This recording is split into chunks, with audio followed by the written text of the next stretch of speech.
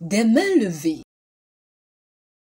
suivies d'applaudissements intenses pour adopter la déclaration de Cotonou au terme du séminaire de la Banque ouest-africaine de développement sur la finance climat. Une déclaration sortie de 2 jours de travaux sur l'harmonisation de la nomenclature d'études de faisabilité des projets climat et sur les mécanismes d'abondement du Fonds d'études climat. En matière de nomenclature des études climat, 1. Standardiser les méthodologies assurant une cohérence dans l'évaluation des projets climatiques à travers tous les pays membres. 2. Améliorer la comparabilité des résultats, facilitant ainsi la prise de décision basée sur des données solides. 3.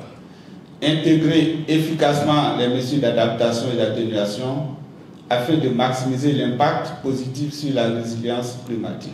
En matière d'abondement au FEC, le recours au financement mixte, notamment à travers les instruments financiers innovants tels que les obligations vertes et les prêts à taux d'intérêt concessionnels pour soutenir les activités de recherche climatique, les projets de démonstration financés par des consortiums publics et privés pour tester de nouvelles technologies ou approches dans le domaine de l'adaptation ou de l'atténuation du changement climatique. Les recommandations que contient la déclaration de Cotonou doivent être portées par les 8 pays de l'UEMOA. Cette déclaration sera soumise à notre Conseil des ministres. Nous espérons qu'elle pourra être adoptée, mais ce ne sera que le début de l'histoire. Et donc, nous souhaitons, je dirais, 3 choses importantes pour nous. La première chose, c'est que vous restiez à notre disposition pour que nous puissions continuer de travailler techniquement à faire avancer ce projet. La deuxième chose, c'est que vous puissiez être nos avocats. Et je dis avocats avec un grand A. Vous faites partie des ministères de l'environnement, vous faites partie également des ministères des Finances. Nous souhaitons qu'à votre retour, dans vos pays respectifs, vous puissiez annoncer qu'effectivement, nous avons travaillé sur une déclaration et nous souhaitons que nos États puissent nous accompagner. Et la troisième chose, ce fonds climat existe aujourd'hui. Vous avez l'information. Donc, il faudrait que nous puissions recevoir, en dehors des pays qui nous ont déjà saisis, que nous puissions recevoir des requêtes de financement de chacun d'entre vous.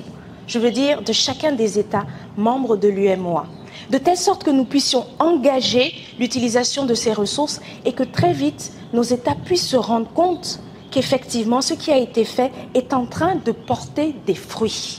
Au-delà de la déclaration, l'initiative d'un fonds d'études climat au niveau régional est une innovation pour les experts participants. Je crois que cette initiative est beaucoup plus proche de notre pays parce que, voyez-vous, les procédures d'accès au fonds vert pour le climat, c'est fastidieux.